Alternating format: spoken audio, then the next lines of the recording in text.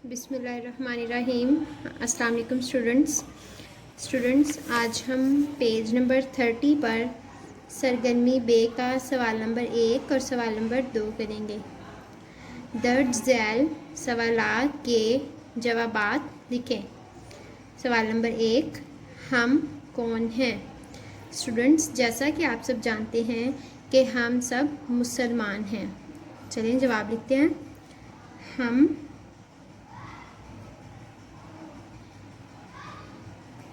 मुसलमान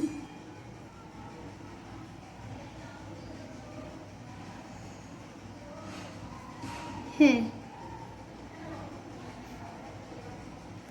लास्ट पे ख़त्मा लगाएंगे। हम मुसलमान हैं।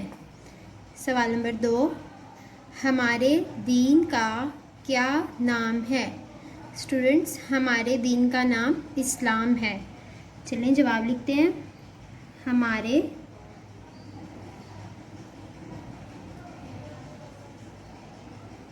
दीन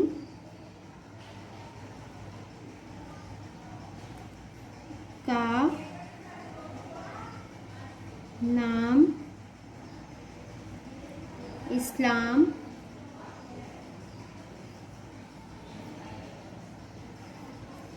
है। लास्ट पे खत्मा।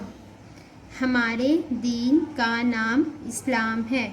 आज के लिए इतना ही। अल्लाह हाफ़िज़।